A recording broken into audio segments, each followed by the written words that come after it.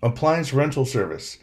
This is kind of interesting. I can't really say I do this a lot personally, but when you're dealing with tenants here, tenants may not always want to deal with leasing or buying appliances.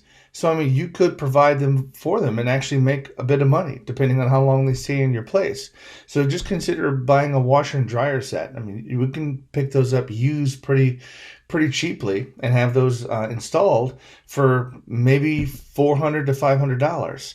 And if you're charging them $440 a month, that's going to be less than 1 year ROI on that to for them to be able to pay you back for all that. So, and then you're just making nothing but money.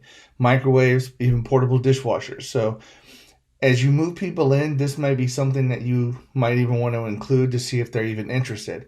Now, if they want to go out and rent and lease their own appliances, completely understandable. But if they don't, if they're interested in that, then why not take advantage of it?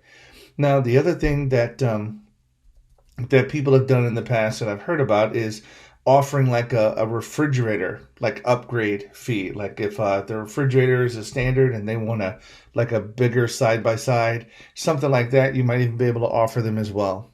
So you can do that if you like to make additional money.